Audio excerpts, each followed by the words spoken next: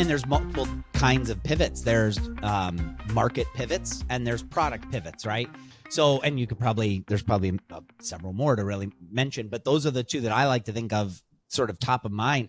The very first company I ever worked for, we went through several different pivots. This is a company that ultimately, in fact, 2 years ago, just got acquired by Spotify for $200 million plus. It's a company called Findaway. We were in the digital audiobook space. I was the first employee that was hired at Findaway back in 2005. It was just the founders and me. It was a completely different kind of company when I was with it versus what ended up getting sold to Spotify. But even when I was there, the multiple pivots we went through and the success that we saw because of those pivots, like that was I went to business school. That was my real business school. That was my startup business school. So as an example, we launched these products right out of the gate called Playaway. It was a preloaded digital audiobook. You could think of it looks like a shrunken down little book. It has the artwork and everything, but it has an audio jack and you just plug in headphones and listen. Runs on a AAA battery. So we position that as the simplest way to listen to an audiobook. And the company was pretty dead set on this being a retail product. You'd buy it in a Barnes and Noble or Walmart or Target or whatever. And in fact, they got some retail contracts and that gave them the confidence enough to start hiring their first couple of employees, me being one of the first employees there.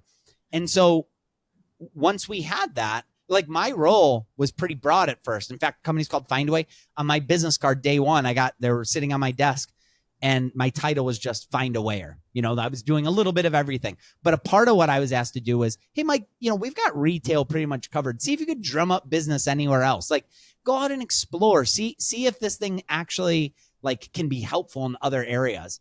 And the funny thing about it is I ended up just stumbling on a market where our product solved a problem in a big way, bigger than any other market that we were serving, including retail. And that was with public libraries and schools. So like Playaway in a retail setting, it made sense, right? Like we had licensing relationships with publishers and you could get the Da Vinci Code on Playaway. That was the popular book at the moment, right? So if you're buying it as a gift item or something like that, made sense. It's the same price as what you pay on CD, but this time it's all on one little device.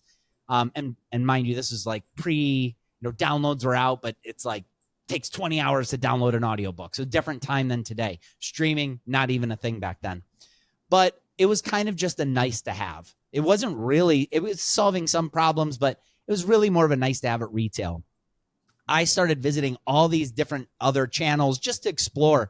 Some of them where it made no sense, but some of them, public libraries as an example, they were almost dumbfounded. They're like, Mike, do you realize like this is a big problem for us and you guys just solved it accidentally, by the way. It's not like we solved it because we had public libraries in mind, but in a public library, the audiobook was the number 2 most circulated item next to DVDs, not even books. It was DVDs at that time.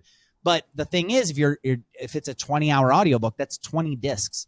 And if one disc gets scratched, you have to take the whole thing out of circulation. Maybe you have a replacement, plan in place. Maybe you don't. Maybe you have to buy a whole nother audiobook. So for libraries, audiobooks were a pain until Playaway. You get it all on one. You're telling your patrons, hey, just use your own headphones. Some libraries included a battery, some didn't, but it ended up solving this big, big pain point for them. And so after a few months of successful pilot programs and seeing the struggle that we had in retail, we just pulled out of retail altogether and focused specifically on public libraries and schools. And it was to the point where, when I left that company in 2011, I joined it in 2005, it was a $20 million company. We were pretty much exclusively serving public libraries and schools at that time. We just stepped out of retail altogether.